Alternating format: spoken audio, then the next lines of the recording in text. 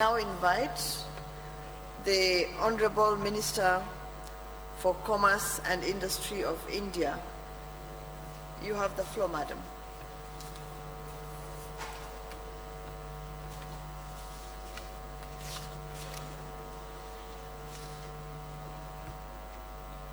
Madam Chairperson, the Director General, Your Excellencies, and the distinguished delegates. It's an honor for me to participate in the 10th Ministerial Conference of the WTO. I thank you, Madam Chairperson, the government and the people of Kenya for the excellent arrangements and the warm hospitality extended to me and my delegation. This ministerial coincides with the 20th anniversary of the organization and assumes special importance for being the first WTO ministerial taking place in Africa, a continent of promise. India welcomes the newly acceded members, Yemen, Seychelles, and Kazakhstan, and look forward to welcoming Afghanistan and Liberia to the WTO. India applauds the achievements of WTO and remains committed to engage with and strengthening it further. However, Madam Chairperson, we are concerned that the reform process, which was started after the Uruguay round in the form of Doha Developmental Round, appears to be in peril. The manner and haste with which issues are being taken up selectively to suit a few does not inspire confidence. This ministerial must clearly reaffirm the Doha Developmental Agenda and all ministerial declarations and decisions taken since 2001. We all welcome the Trade Facilitation Agreement. Equally important is the General Council decision on public stockholding for food security purposes. The G33 has strongly argued the case for an effective special safeguard mechanism for developing countries and for changing the rules relating to public stockholding for food security purposes.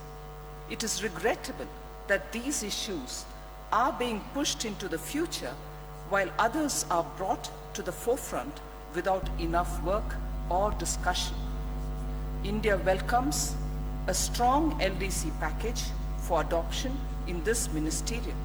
India was the first developing country to extend a duty-free, quota-free access scheme to all LDCs in line with the Hong Kong ministerial mandate, including tariff lines which are of interest to cotton 4 countries.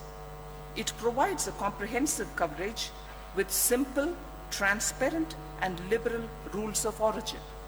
India has recently made available substantial and commercially meaningful preferences in services to the LDCs. We must provide a clear political direction for post-Nairobi work. Agricultural reform remains the cornerstone of the DDA negotiations. We must deliver on all 3 pillars of the negotiations in a balanced manner. As the Honorable President of Kenya said yesterday, and I quote here, the agricultural negotiations in the Doha round are the ones from which developing countries can derive most gains. Africa's farmers simply cannot compete against heavily subsidized farmers in developed countries, unquote. The situation is no different in most other developing countries as far as agriculture sector is concerned. Services sector is equally important for developing countries for growth as well as job creation. Liberalization of services trade, particularly in modes 1 and 4, and a simple and transparent regulatory framework are important for developing countries. Madam Chairperson, we should resist the temptation of overloading the WTO agenda with new issues before we complete the DDA. History will judge us poorly if we fail to deliver on the DDA. Let us resolve to complete, let us resolve, I repeat, let us resolve to complete DDA in a spirit of mutual accommodation as we commemorate the 20th anniversary of the WTO. Thank you. And I thank you very much for your statement. I now have the pleasure of giving the floor to the Minister